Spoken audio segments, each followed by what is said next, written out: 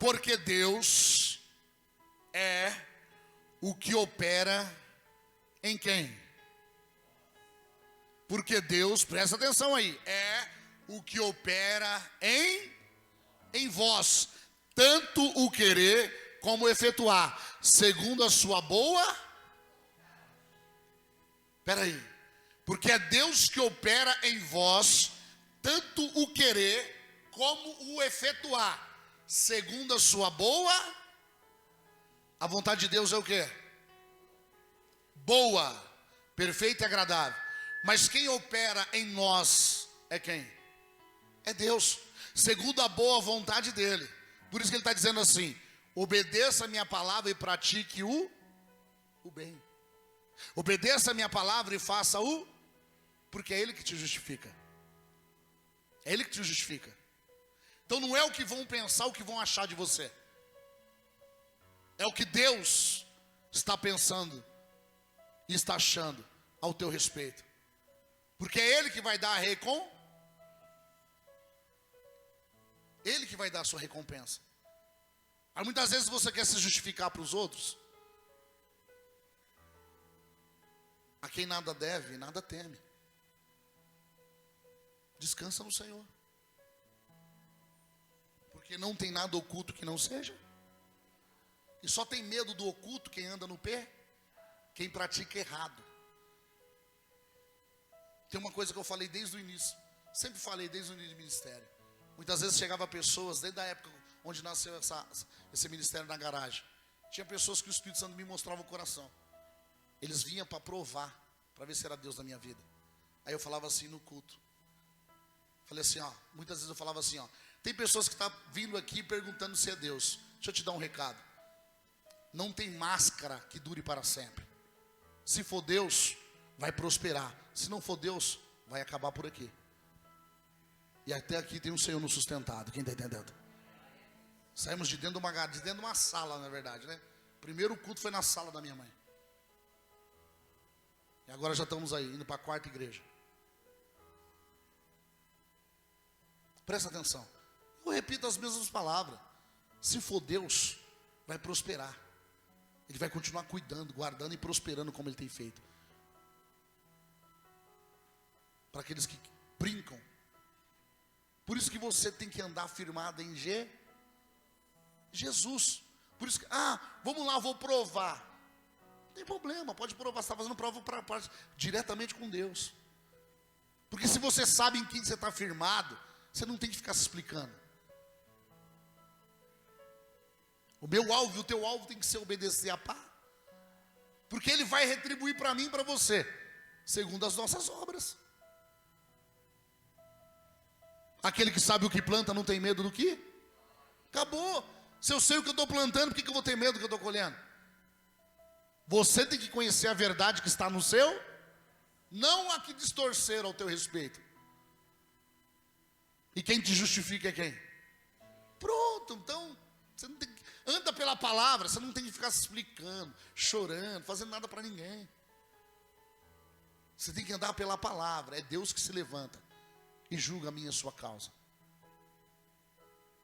Então você não pode entristecer o teu coração, porque Jesus deixou bem claro, e você nunca vai saber de que maneira vai acontecer o que Jesus falou. Jesus falou assim: no mundo tereis.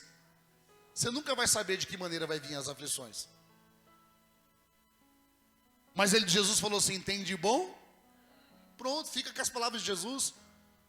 No mundo tereis aflições, mas tem de bom ânimo, eu venci, vocês vão vencer também. Fica com as palavras dele. Está difícil, tudo bem, já olhou, já detectou a situação.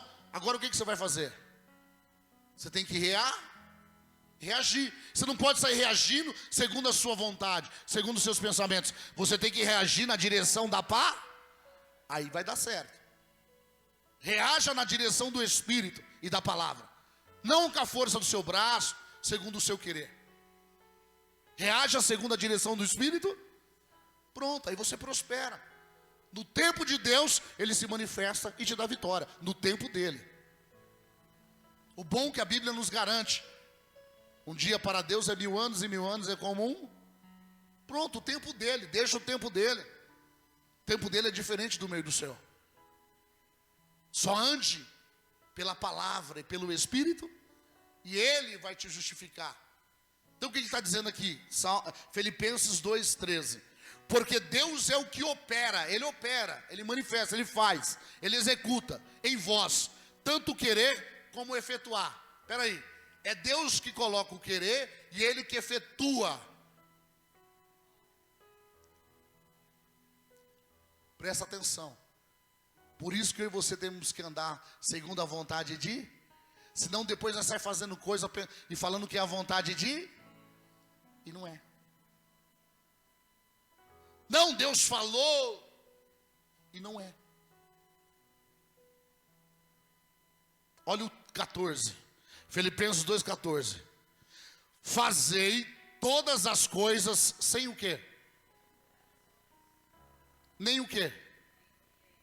Repete de novo. Fazei todas as coisas sem murmurações e nem...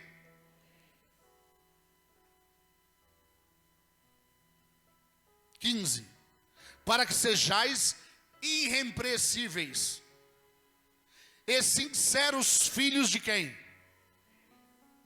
Inculpáveis no meio de uma geração Então tem uma geração, existe uma geração que já se manifestou, que ela está o quê? Corrompida, mesmo falando no nome do caráter distorcido, sem caráter. Olha a continuação. Corrompida e perversa, entre o qual resplandeceis como astros do mundo. Ou seja, aqueles que andam segundo a palavra de Deus, vai brilhar. Quem está entendendo? Como astros do mundo. Ou seja, aquele que anda segundo a palavra e a direção do Espírito, nada impede o brilho de Deus sobre a vida dele. Quem está entendendo? Aí eu te pergunto, é difícil viver a vontade de Deus? É difícil? Ele deixou algo aqui que eu e você não possa obedecer? Claro que não. Ele deixou alguma direção que eu e você não possa praticar? O princípio de tudo que Deus quer, o princípio de tudo, para nós imitar Jesus, é obedecer. Pronto. É obedecer, sem murmurar, sem questionar. Está aqui, ó. Para que sejais irrepreensíveis, sinceros filhos de Deus, inculpáveis no meio de uma geração corrompida e perversa, entre qual resplandeceis como astro do mundo. Mas mais em cima, né, no 15 está dizendo, fazei todas as coisas sem murmurações e sem o quê? Porque essas coisas não vêm da parte do céu. Aonde se manifestam essas ações? Está longe o espírito de... Só você não precisa ser um bebê espiritual. Você pode ser até um bebê espiritual. Você não precisa, uma criança entende isso. Se você estiver sendo conduzido pelo Espírito. Aonde tem murmuração e contenda, Deus não habita. Deus não habita. Apóstolo, mas deixa eu te dizer. Muitas vezes você sozinho, você está murmurando aí a respeito de alguma coisa? Se estiver reclamando constantemente, está afastando a presença do Espírito?